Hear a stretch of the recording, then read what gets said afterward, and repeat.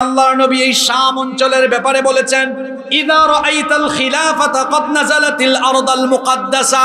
আল্লাহর নবী বলেছেন আখিরি জামানায় তাম দুনিয়াতে যখন জুলুম, অত্যাচার, নির্যাতন, নিপীড়ন, নিষ্পেষণে যখন আকাশ বাতাস ভারী হয়ে যাবে, তখন এই পবিত্র ভূমি শামের মধ্যে ইমাম মাহদী এসে খেলাফত প্রতিষ্ঠা করবে।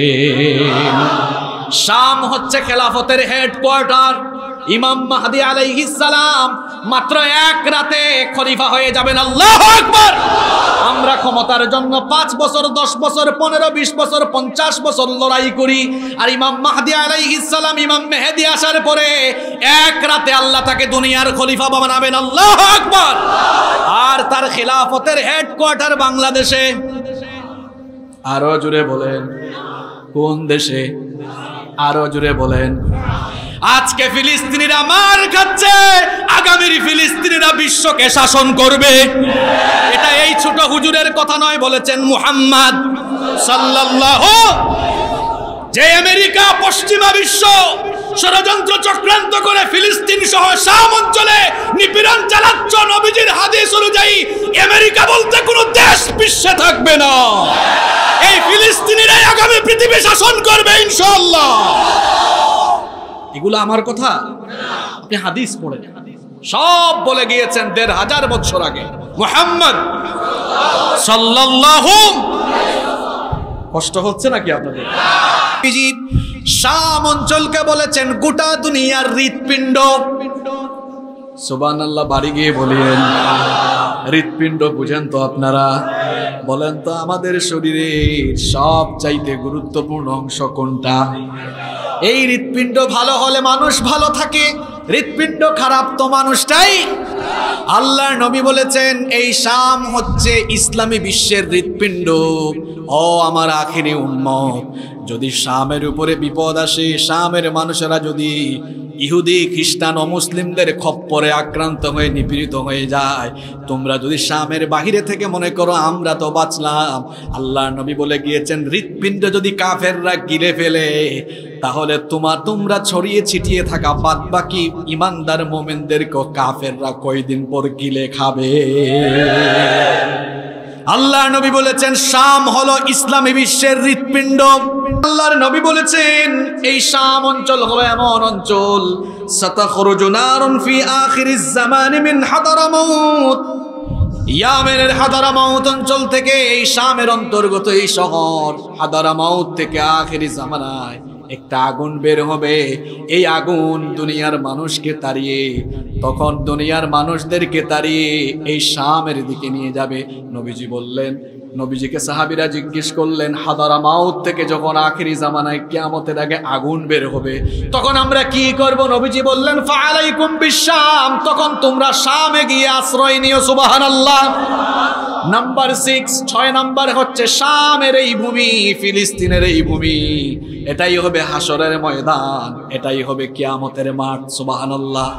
আল্লাহ নবী শামের ব্যাপারে বলেছেন তুবা লিশাম, শামের জন্য সুসংবাদ।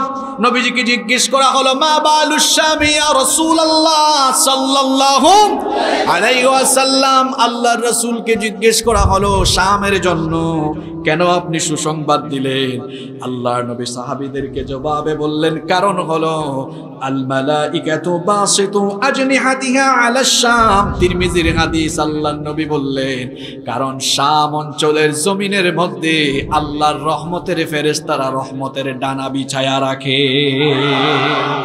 আল্লাহর নবী বললেন, এটা হাদিস মুসনাদে আহমদে বর্ণিত হয়েছে। নবীজি বললেন বাইনানা আনা নাইম, আমি ঘুমন্ত অবস্থায় ছিলাম, আমি স্বপ্নে দেখলাম রাআইতু আমুদাল কিতাব উহতুমিলা মিন তাহতা রাসি। আল্লাহর নবী বললেন আমি স্বপ্ন দেখলাম, আমি ঘুমন্ত, আমার মাথার নিচ থেকে আল্লাহর কিতাবকে সরিয়ে নেওয়া হলো। আমি নজর করলাম আল্লাহর কিতাবকে কোন দিকে নেওয়া হয়, আমি লক্ষ্য করলাম আল্লাহর কিতাব শামে অবতরণ করলো।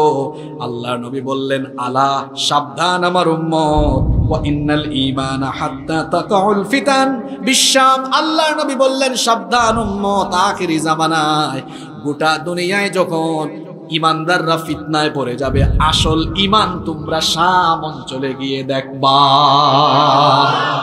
এই শামের ব্যাপারে একটা দুইটা হাদিস নয়, এই রকম অনেক হাদিস বলে গিয়েছে, এইরকম অনেক হাদিস বলে গিয়েছেন মুহাম্মদ সাল্লাল্লাহু আলাইহি ওয়াসাল্লাম।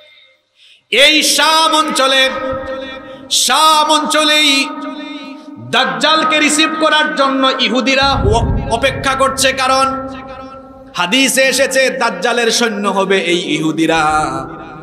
লম্বা একটা হাদিস আছে তামিম দারি রাদিয়াল্লাহু আনহু থেকে। তামিম দারি এবং তার সঙ্গীরা একবার সমুদ্র ভ্রমণে বের হয়েছিলেন, এরপরে দাজ্জালের দেখা তারা পেয়েছিলেন। দাজ্জাল কিন্তু রাসূলের জামানা থেকে আছে, দাজ্জাল আত্মপ্রকাশিত হয় নাই, দাজ্জাল যে কোনো মুহূর্তে প্রকাশিত হয়ে যাবে। দাজ্জাল বলেছিল বাইসানের খেজুর বাগানের কি অবস্থা, দাজ্জাল জিজ্ঞেস করেছিল তাবারিয়া উপসাগরের কি অবস্থা, জুগারের কূপের কি অবস্থা। এই তিনটা জায়গা ইহুদিরা দখল করে ফেলেছে, কারণ ইহুদিরা ভালো করেই জানে যখন তাবারিয়া উপসাগর শুকায় যাবে, বাইসানের খেজুর বাগানে যখন আর কোনো খেজুর আসবে না, জুগার কূপের পানি যখন শুকায় যাবে, তখন দাজ্জাল আসবে। আর ইহুদিরা ভাবে দাজ্জাল হবেন তাদের নেতা, দাজ্জালের মাধ্যমে বিশ্ব তারা শাসন করবে। এই শামের মধ্যে আসবে দাজ্জাল, আর দাজ্জালতে বর্তমান ইসরায়েলের ইহুদিরা ফিলিস্তিনের ভূমিকে দখল করেছে। ওই ইসরায়েলে দেখবেন, গুগলে সার্চ করলে দেখবেন লুদ একটা জায়গা আছে, বাবেলুদ।